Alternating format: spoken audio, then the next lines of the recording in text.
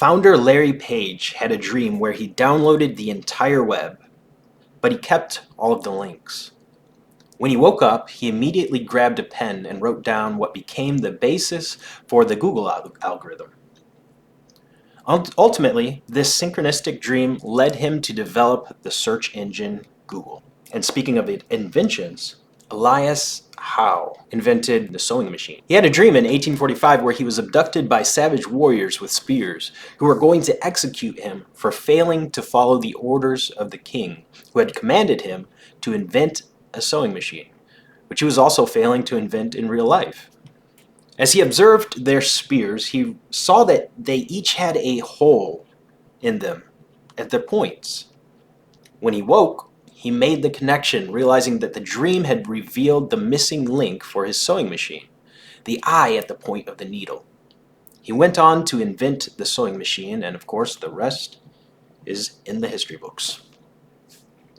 Hopkins abandoned atheism for belief in God during an AA meeting.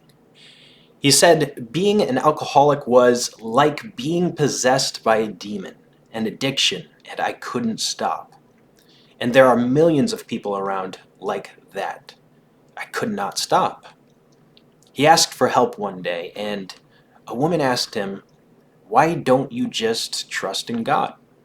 Hopkins says that he thought, well, why not? From that point on, Hopkins said, his craving for alcohol completely disappeared. I was hell-bent on destruction, he said, and I just asked for a little bit of help, and suddenly, pow. It was just like bingo. Some would call that a healing, some would call that synchronicity, and whatever you call it, I say that's a pretty cool story. Einstein and E equals mc squared. Einstein was a believer in the power of dreams, and as a result, we have the theory of relativity.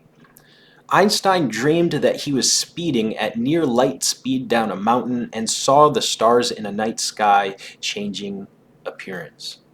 When he woke, he pondered on the dream, and it led to him working out the theory of relativity. Now this next guy's name, he is absolutely amazing, but I'm going to butcher the pronunciation. I apologize in advance. Srini Vasaramanujan was an absolute mathematical genius. He published over 3,000 theorems, and he said they came from dreams, where the Hindu goddess Namagiri would appear and give him new formulas written in blood. Here's what he said, recounting one of those dreams. While asleep, I had an unusual experience. There was a red screen formed by flowing blood, as it were. I was observing it. Suddenly, a hand began to write on the screen. I became all attention. That hand wrote a number of results in elliptic integrals. They stuck to my mind. As soon as I woke up, I committed them to writing. Whew. That's pretty cool. How's that for synchronicity? Or what about DNA? The discovery of DNA's structure is one of the greatest scientific discoveries of all time. Dr. James Watson had a dream that led him to this discovery. Yet another synchronicity in the form of a dream. In it, he saw two snakes intertwined with heads at the opposite ends, much like the caduceus. This led him to discovering DNA's double helix structure with his partner Francis Crick. Here is yet another dream. We're going to get to others, but a lot of dreams and a lot of dream synchronicities. Legend has it that Beethoven was a prolific dreamer who wrote his piano sonatas after hearing them in his dreams. Supposedly, some historians said that he dreamed of instruments that hadn't even been invented. So take that with a grain of salt, by the way. It's a fun legend, but I haven't confirmed the validity of it. But this next one has been confirmed many times. In this next synchronicity, you may have heard of Abraham Lincoln had a dream foretelling his death. In this dream, he saw a coffin as he walked through the White House, with guards protecting it. He asked the guard, "Who died?" And his response was, "The president was killed by an assassin." Less than a week later, Abraham Lincoln was shot in the head and killed. Now, there's actually a lot of synchronicity surrounding the Titanic for whatever reason.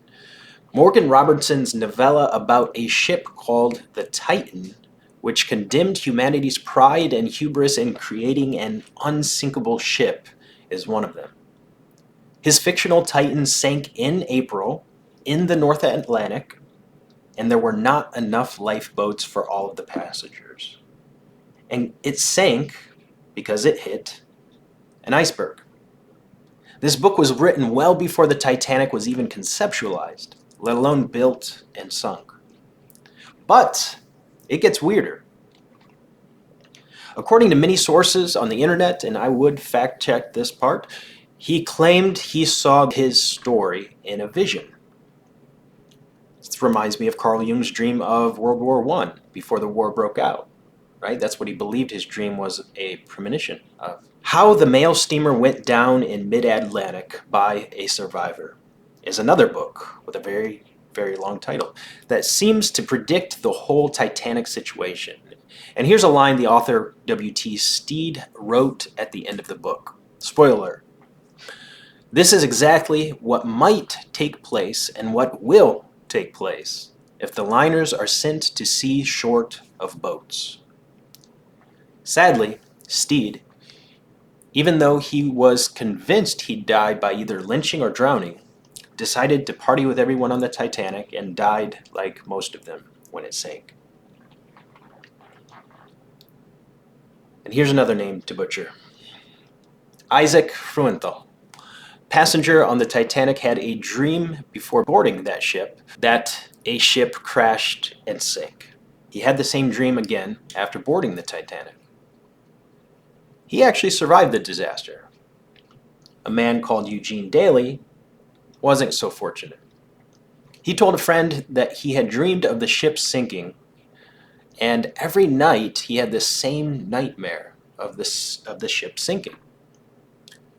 On the day that the ship hit the iceberg, Daly told his friend, "The ship is going to sink this night." And it did. And there's a lot more stories beyond that. It's the Titanic's a crazy one. Anyway, we'll wrap it up with a few quick ones. The third Roman Emperor Caligula had a symbolic dream of his death. There are multiple versions of this story, by the way. The night before he was assassinated, he passed on his dream, where he saw himself before the throne of Jupiter, the king of the Roman gods, who rejected him. Some versions say he kicked him back to earth with his big toe or something like that. He was brought back to earth by the Greek gods. Naturally, he interpreted this as a bad omen of his destiny. He was assassinated either that day or the next day, depending on your source. Pompey dreamed of his defeat in battle, which happened shortly after, and he also dreamed of Caesar's death, which also happened. His wife dreamed of Caesar's death as well. And Napoleon is said to have dreamed of his now famous defeat at Waterloo. And Carl Jung predicted World War I with his dream. Carl Jung actually has a ton of stories of synchronicity. Just Google it, you'll see what I mean. But anyway, that's all I have for today. If you enjoyed, please like and subscribe and leave a comment below, and I will see you in the next one.